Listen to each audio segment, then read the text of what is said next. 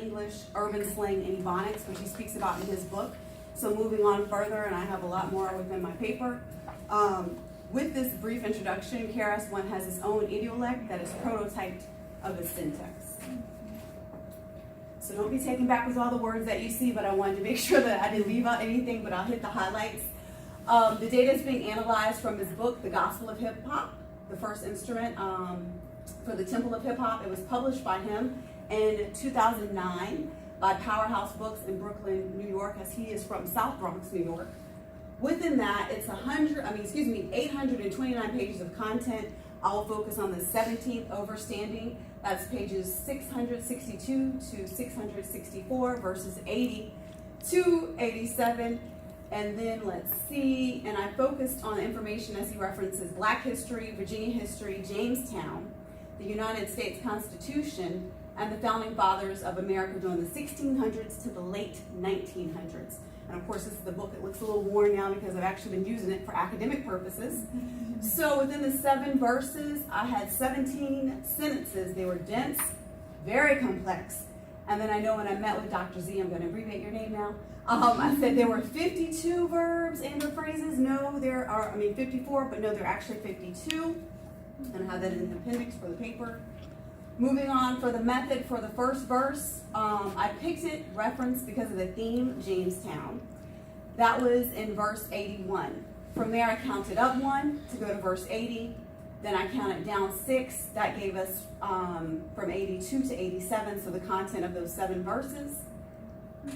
Within that, like I said, there are 17 sentences that I analyzed. I actually put brackets around them. I'll show you on the next screen for, again, the verb and or verb phrases. And I had 52. And then I'm analyzing them for tense, aspect, modality, and voice.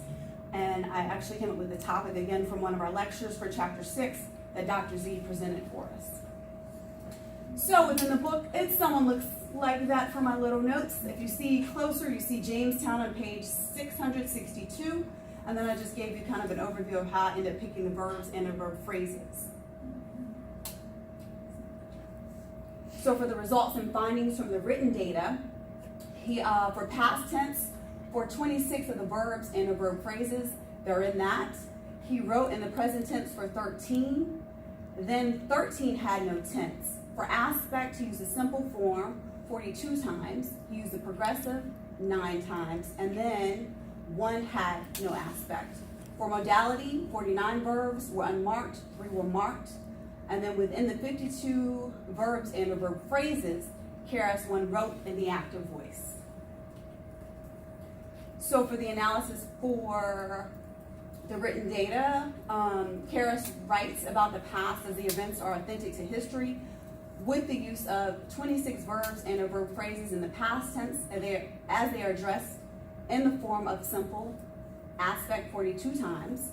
As most of the verbs and the verb phrases are unmarked, he is able to express his attitude of certain events that he is referencing in his writing, while the marked verbs assist with the images of visualization.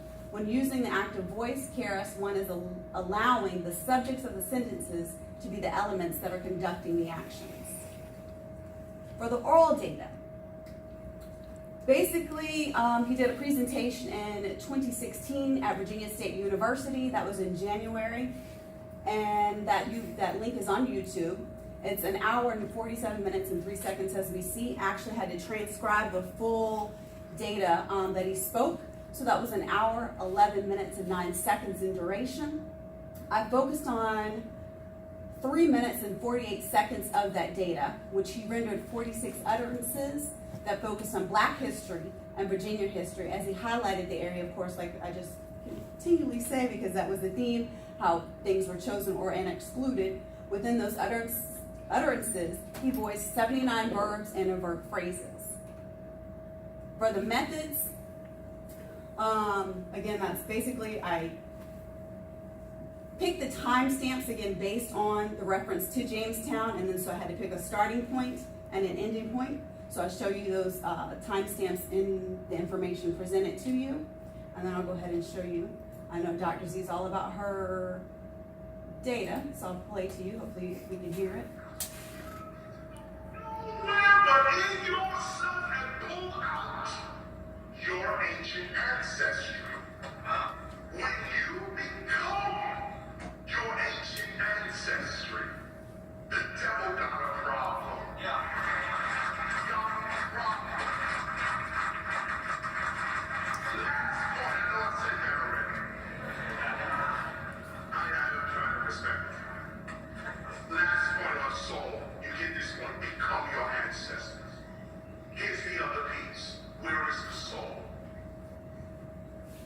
this with you now. I'm going to give you an exercise and I'll be out.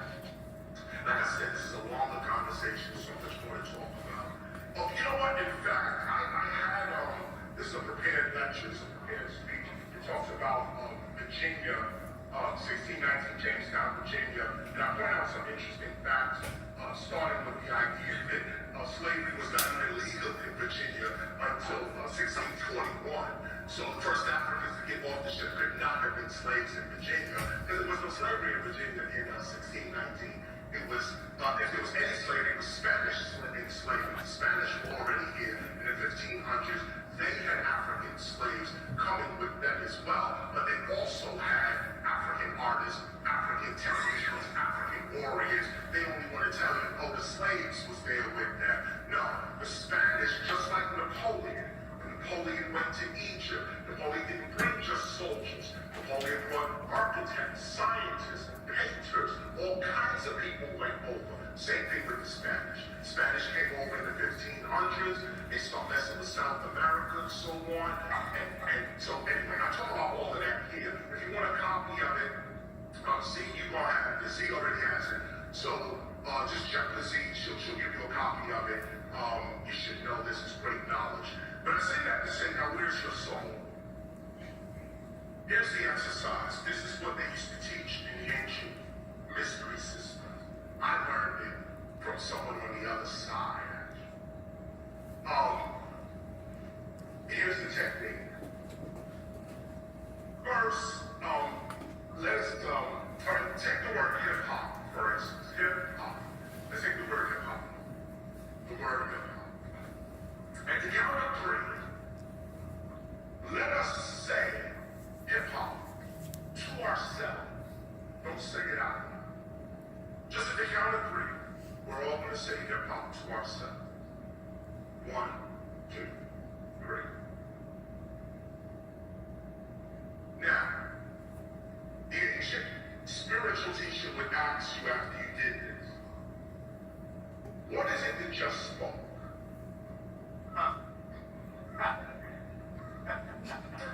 Let's do it again. On the count of three, let us say hip hop. Don't say it out loud. Just say it to yourself. 1, 2, 3. What just spoke? Self. This is where ancient Kemetic knowledge rested. The college. Okay, so he spoke about that. So those were the utterances that I had to grab the verbs from. So from that, for the past tense, with 19 verbs and or phrases, he uses that in the past tense. For 51 verbs and or verb phrases, the present tense was used, as 9 had no tense. For aspect, he spoke with the simple form 66 times. He spoke with the progressive 8 times, while using the perfect form once. Additionally, he did not use the present progressive form, and 4 verbs and or phrases had no aspect. For modality, 75 verbs and or phrases were unmarked, and 4 were marked. Within those 79 verbs and or verb phrases, within those utterances, he spoke within the active voice. Moving forward for the analysis, he spoke about history, making it relevant to today's culture, as he uttered 51 verbs and verb phrases in the present tense and spoke more with the use of the simple aspect. He used historical references while speaking with surety, as most utterances were unmarked.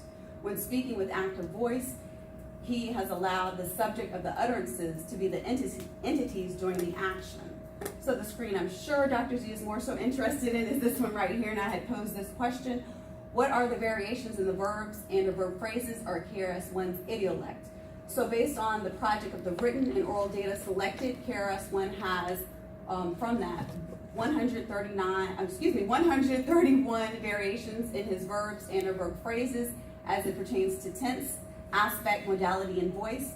For his overall tense, he uses the past at 34%, the present at 48.9%, and the tense is absent from his syntax at 17%. So to consider the aspect, the simple form is used at 82.4%, the progressive is used at 13%, the perfect is used at 0.07%, whereas the aspect is absent from his syntax at 0.07%, and that is because it was only 1 and 1 showing for that.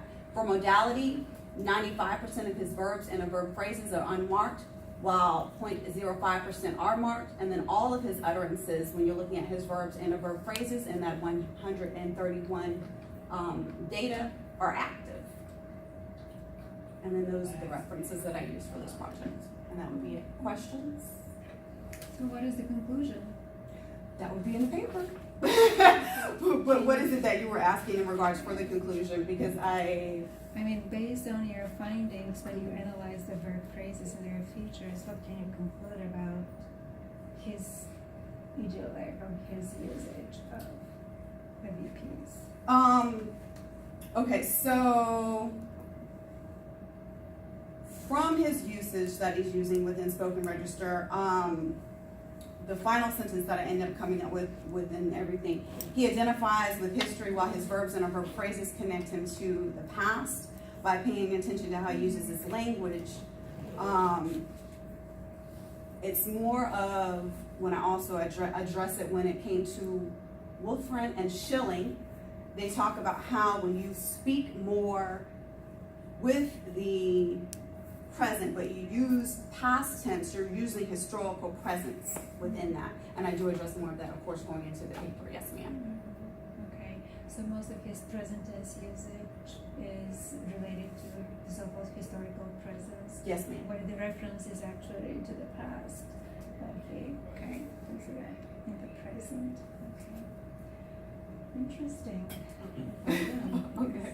All right, thank you. Any questions to Sai? About the project, about the data? And I know that you did some analysis on this, on KRS 400 class. Yes, ma'am. So you continued with, Yes, with your opportunity of granting me to do so, yes, ma'am. right. And why did you choose him as a source of data? For this particular project, probably because KRS what stuck out, well, he is more philosophical and more within the books. And I know where you're about to ask me this because of the one on Jay-Z. But I think what hit home is because within the spoken register and within the book, he references our area, which is Jamestown, and speaks about history, and of course, like I said, Black history, Virginia history. Yes. So that's why I think I was more so interested in this aspect of him. Right, yes. And I know that when we discussed the project, we kind of decided to compare those usages, the VPs, eliminating the topic as a possibility. So that's why you analyze the language in the book and in his lecture that goes with the same topic. And that takes away topic as a variable that might influence. Right, yes, ma'am. That was just the point of how to include or exclude the information. Yes, ma'am. Yes, okay. Any questions to say?